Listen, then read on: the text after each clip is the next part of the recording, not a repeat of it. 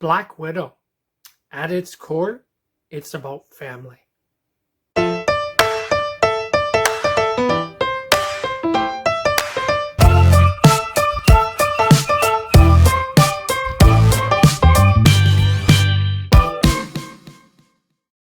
everyone, how's it going? It's Scott here from Ken Geek Games and Collectibles, welcoming you as always to the Ken Geek YouTube channel. And it finally happened. After more than a year of delays, Disney finally released Black Widow to both Disney Plus and the movie theaters last Friday. Now, the question is, after more than a year of delays, was it worth the wait? And if their global box office take over the first 3 days of this film's release are any indication to that, then yes, it was absolutely worth the wait, because Black Widow in the first 3 days brought in a global revenue of $2.15 million. Now, in this video, we're going to talk about spoilers for Black Widow. So if you haven't seen the film yet, consider yourself warned. So over the years, I've heard it said that family is more than blood. Family is the people you choose. And this is very important to Black Widow. Frankly, I think that quote alone represents the entire backbone of Black Widow as a movie. The film stars, obviously, Scarlett Johansson as Natasha Romanoff. It stars David Harbour as Alexei Shostakov. Many of you will know David Harbour as Hopper from Stranger Things on Netflix. It also stars Rachel Weisz as Milena Vostokov and Florence Pugh as Yelena Bostova.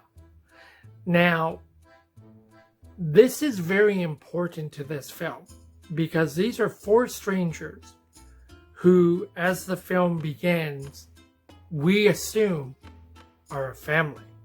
But you know what they say about assumptions. Making assumptions makes an ass out of you and me because, in fact, they are not a family. See, Milena and Alexei have been sent to the US by their government to infiltrate a secure facility and to steal top secret information and return it to Russia. And the entire point behind sending them with children was to create the ideal American family, the facade.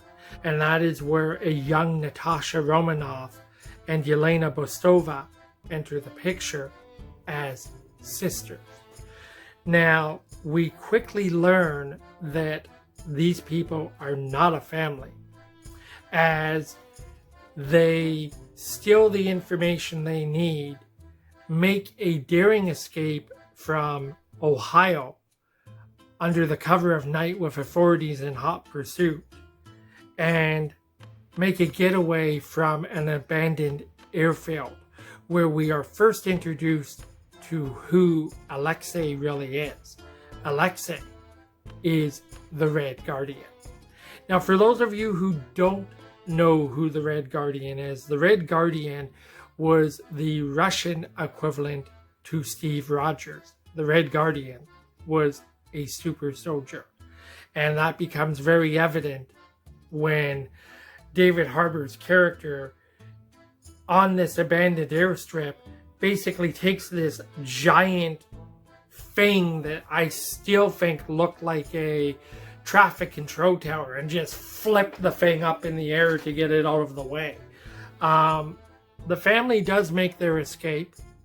The next time we see them, they've touched down in Cuba, where they are quickly separated from each other. Alexei turns over the stolen information to his Russian superiors. Yelena and Natasha are returned to the Red Room. The Red Room is a training facility used in Russia to train highly skilled, highly lethal female assassins. And that is how Black Widow begins. Now, the film immediately takes a jump forward in time by 21 years to run directly after the events of Captain America Civil War, when Natasha is now on the run. Make no mistake about this, Black Widow is an origin story for Natasha Romanoff. The film finds her basically trying to hide out in Europe from a US government that is hot on her tail after her siding with Steve Rogers and basically violating the Sokovian Accords. And while hiding out in a safe house in Europe, she comes in possession of this red substance, this chemical that was left for her by her estranged sister Yelena at a safe house in Budapest. Now, curious about this substance, Natasha is getting ready to make a trip to Budapest when she is jumped by the would-be villain of this movie in the form of Taskmaster. Taskmaster has been sent to reacquire this chemical, as we will learn later that this chemical is designed to free the minds of all of these female assassins that are being controlled by the master of the Red Room. Natasha makes her way to Budapest. She comes face to face with Yelena. There's a lot of banter back and forth going on between the two of them. They ultimately help break their would-be father, Alexei, out of a maximum security prison. And then the three of them reconnect with Milena because she is the only person who apparently knows where the Red Room is. And it is Natasha's intention to finish something she believed that she had accomplished years before, when her and Clint Barton, who many of you will know as Hawkeye, supposedly murdered the individual in control of the Red Room. And unfortunately for Natasha, it turns out she didn't get the job done so many years ago. So she has unfinished business. Her ledger is dripping red, and she means to finish that business. That is basically how Black Widow plays out. Now, very quickly, it's important to note that after watching this film last night, I was asked by someone how I would describe Black Widow to someone who has never seen the film. And I will tell you from the get-go that Black Widow is not your typical Marvel film. Your typical Marvel film has incredibly overpowered super beings in it. And other than David Harbour as the Red Guardian, and, to a certain degree, Taskmaster, you don't have that overwhelming shadow on the screen in Black Widow. What you do have is a lot of highly skilled, lethal women. And if I had to describe Black Widow, I would describe it like this. Black Widow is 35% your typical Marvel film. It is 35% your typical James Bond or Jason Bourne film. And the rest of it is Modern Family.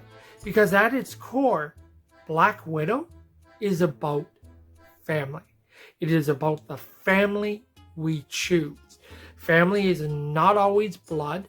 It is the people we choose to call family. Was Black Widow worth the wait for more than a year? Yes, it absolutely was. Was it your typical Marvel film? No, in my opinion, it was not.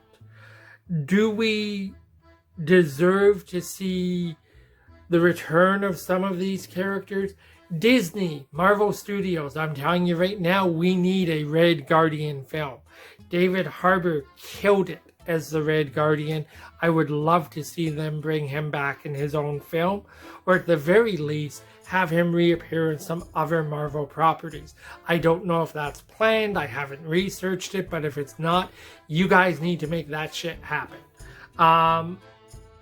Having said that, there is your typical end credit scene at the end of Black Widow. However, unlike other Marvel films where they slip it in midway through the credits, I will tell you now, that end credit scene is quite literally at the end of the credits, so it is truly an end credit scene. It is important to what comes next, as it sets the stage for your next conflict in a future Marvel property. So was Black Widow a good film? Yes. Yes, it was. Because of the things I've already stated in this video, it was a refreshing change from your typical overpowered Marvel superhero film. I would give this movie an 8.5 out of 10.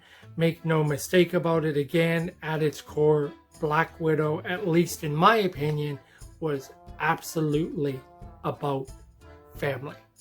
Now, if you have all seen Black Widow, I would love to hear what you have to say about this movie as well. Do you agree with me? Do you disagree? By all means, feel free to leave some comments down below and share your opinions on Black Widow as a movie with us here at Can Geek Games and Collectibles. As always, thanks very much for continuing to support us, whether it be here on YouTube, Facebook, Twitter, Instagram, or at any one of the shows that we usually vend at, pre-COVID anyways. Stay safe and healthy, and we'll talk again soon. Till then, das Vidania.